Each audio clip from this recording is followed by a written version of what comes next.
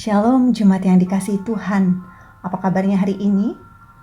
Saya yakin kita semua dalam keadaan sehat, penuh dengan sukacita sebagai anugerah yang Tuhan berikan.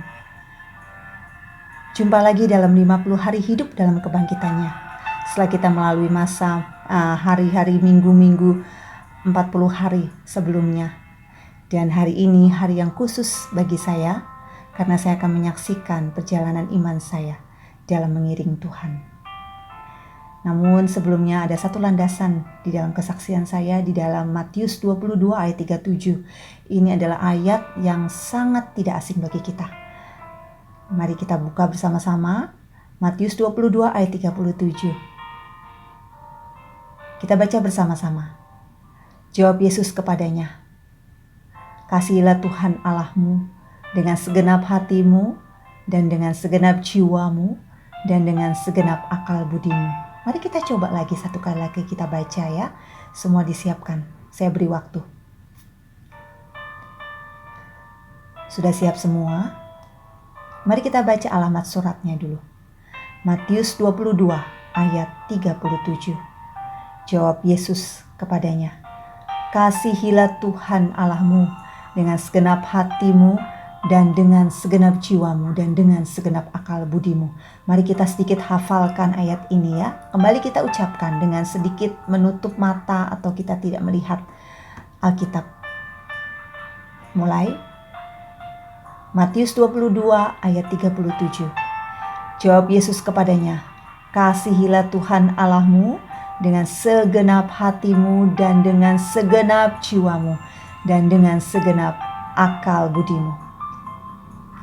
Inilah pertanyaan seorang ahli Taurat. Hukum manakah yang terutama dalam hukum Taurat? Yesus mengatakan bahwa kasihilah Tuhan Allahmu dengan segenap hatimu dan dengan segenap jiwamu dan dengan segenap akal budimu. Inilah hukum yang pertama dan terutama. Dan hukum yang kedua adalah, saya yakin saudara sekalian dapat menyebutkannya. Kasihilah sesamamu manusia seperti dirimu sendiri. Bukankah begitu?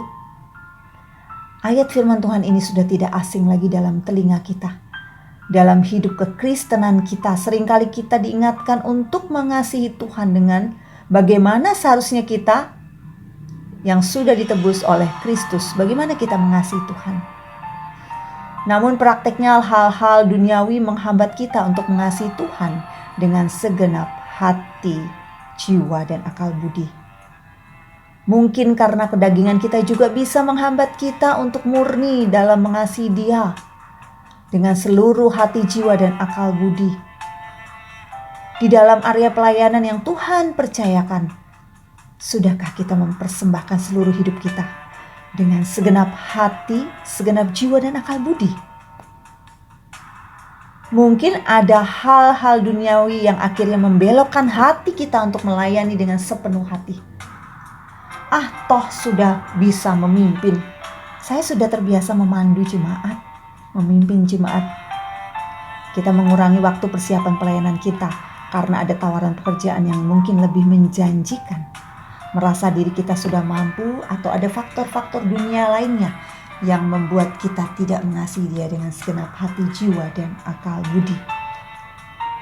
Hukum yang pertama ini menjadi kesaksian hidup saya yang hari ini dengan terbuka saya berbagi kisah hidup saya kepada saudara sekalian. Saya bersyukur Tuhan menganugerahkan saya bakat musik yang cukup.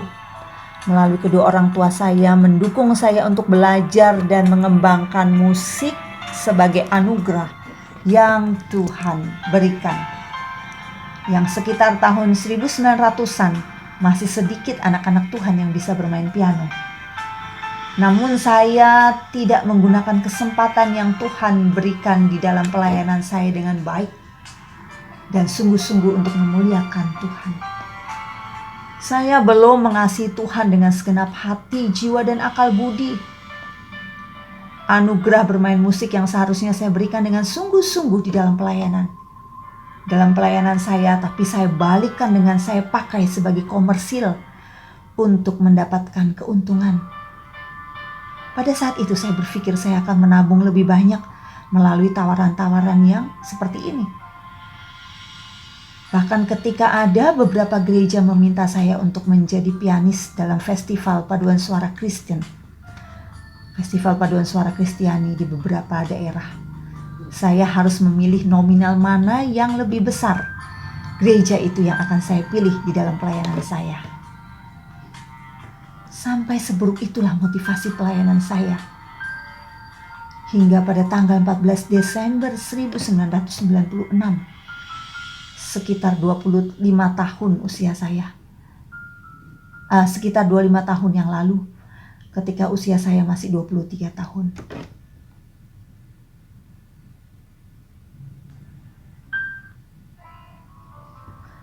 Tuhan sungguh menegur saya melalui kecelakaan hebat yang terjadi. Mobil yang saya pakai menghantam pohon besar karena waktu itu hujan deras. Kami semua terpelanting keluar.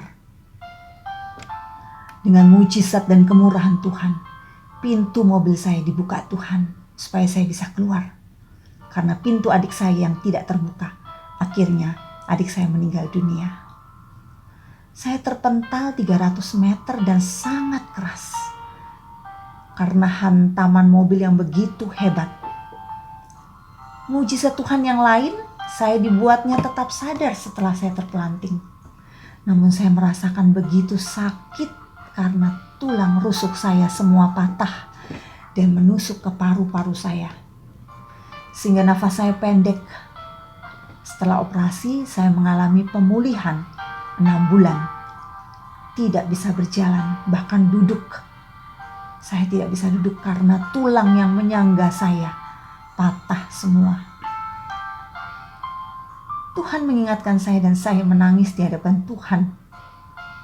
Bermalam-malam saya menangis dan menyesali semua perbuatan. Motivasi saya yang belum benar di hadapan Tuhan. Saya mengalami pertobatan dan Tuhan memulihkan saya. Bahkan memberikan kesembuhan ilahi bagi saya.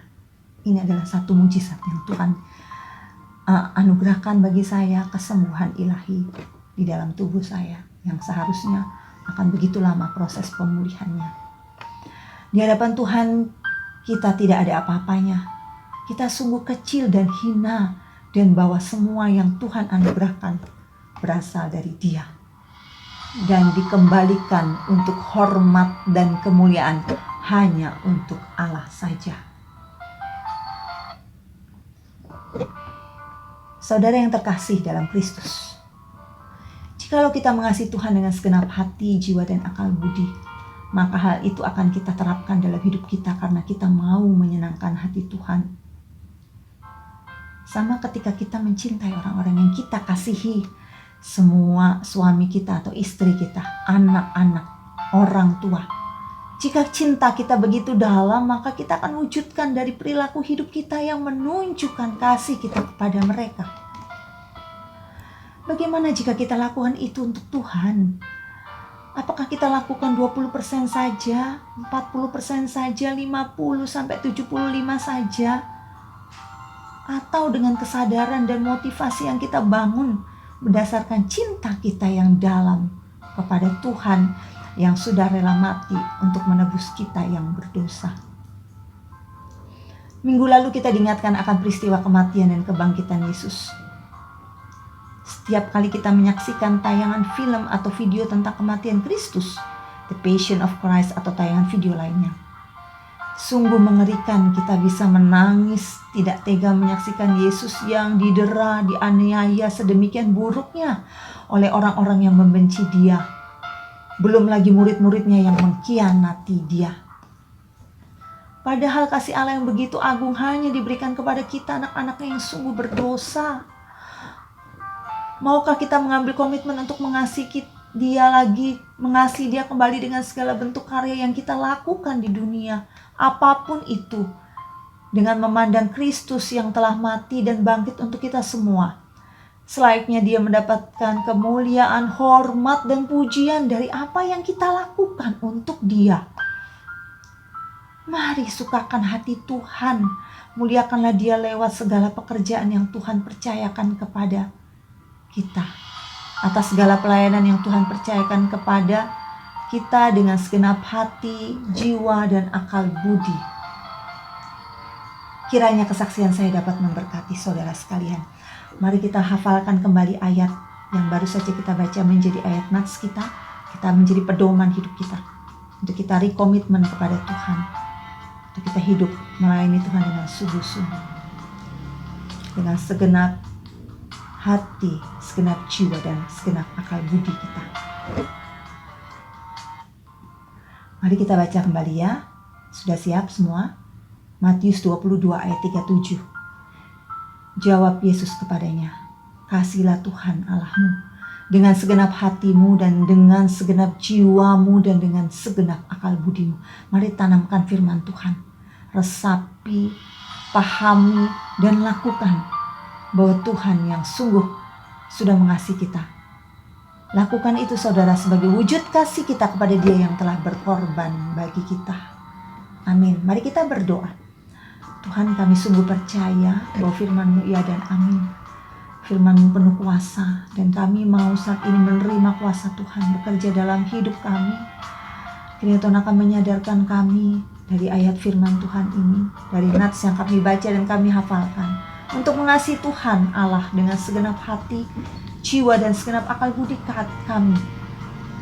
Kami tahu kami lemah, kami tahu kami punya kedagingan yang begitu kuat, tapi kami percaya Roh Kudus mampu mendampingi kami, menolong kami, dan bahkan Tuhan mengarahkan kami untuk hidup benar di hadapan Tuhan, menyukakan hati Tuhan, berjalan di dalam kehendak-Nya, menyenangkan hati Tuhan dengan melakukan segala yang diperintahkan Tuhan di dalam Alkitab firman Tuhan.